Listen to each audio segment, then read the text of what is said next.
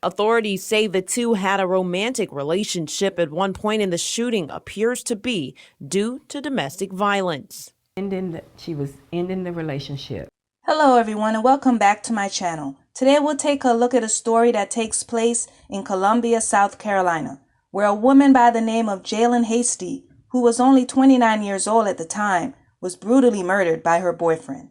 This is 31-year-old Kenardo Bates, who Richland County deputies say is responsible for the shooting death of 29-year-old Jalen Hasty at her Heron Lake apartment of Hasty, Monica Hatton Tatum, saying she's trying not to hate Bates for what he did to her daughter. I try to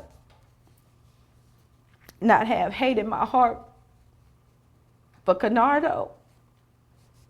Every time I talk to someone different, I hear something I don't want to hear. Now, Jalen was a beautiful, smart, outgoing person, as well as a loving mother to her child. And she was very much loved by her family members. Now, Jalen and her boyfriend, Kenardo Bates, were in a relationship, and they would later have a daughter together. Now, in the beginning of their relationship, things seemed to be going well. But as time went on, that's when Jalen started to notice her boyfriend's abusive behavior. She would later realize that her relationship is not going to work, and that's when she decided to break up with her boyfriend. Her mother would later tell her to just co-parent with him and move on, and that's what Jalen tried to do. But whenever he was around, she never felt safe because she knew that her boyfriend was never going to change his abusive ways, even after she left him.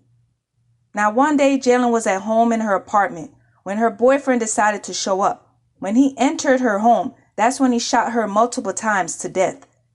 He would later turn the gun on himself, but he was able to survive from his gunshot wound. He was later transported to the hospital where he recovered from his injury. Now, when he was released, he was arrested and charged for murdering his girlfriend. Hasty and Bates had been separated for a year prior to the incident. Bates and Hasty also share a young daughter together, and family members say they were working to co-parent despite the ended relationship.